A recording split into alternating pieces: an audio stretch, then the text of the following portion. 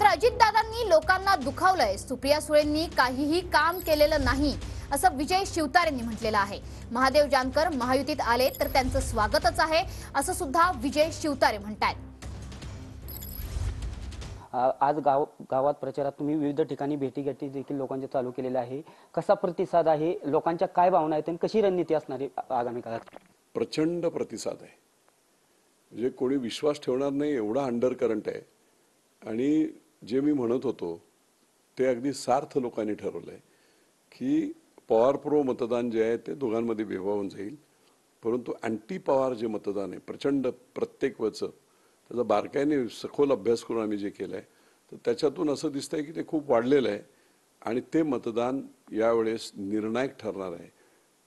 लोकांच्या बोलताना सुद्धा लोक घाबरतात काही लोक, परंतु खूप कडवट प्रतिक्रिया आहेत आणि ते मतपेटीमधूनच बाहेर पडेल। एकनाथभाई शिंदे, देवेंद्र फडणवीस या सगळ्यांशी माझं एकदम चांगलं रेपो आहे।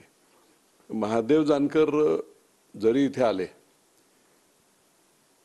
माझे चांगले मित्र आहेत, ते आले तर वेलकम आहे। मुख्यमंत्र्यांकडे मी मागणी केली होती की ही जागा आपल्याकडे घ्या। दोन्ही घरामध्ये जरी वाद असेल तरी अजितदादांनी लोकांना थोडं दुखावलेलं आहे, त्याच्यामुळे अडचणीचं मला आम्ही ग्राउंडवर फिरणारे लोक आहोत, त्याचं मला ते दिसत होतं आणि म्हणून मी त्यांना विदित केलं होतं। तुम्ही कालच म्हटलं होतं की सुप्रिया सुळे खासदार बरेच वर्षापासून येत आहेत, पण त्यांनी त्या प्रमाणात राहिलेल्या तालुक्यांच्यात त्यांनी कामं केली नाही असं काल तुम्ही बोलले। त्यांनी कुठेच कामं केली नाही। पुरंदरला त्यांनी काय काम केलं दाखव। याच्या पलीकडे जाऊन खासदार म्हणून तुम्ही तुमच्या भूमिका पार पाडायला पाहिजेत। कामाच्या बाबतीमध्ये सुप्रियाताईंना कुठच्याही प्रकारचा मत मागण्याचा अधिकारच नव्हता। अथर्व शिरवळकर सह दीपक कापरे, TV9 मराठी, पुरंदर।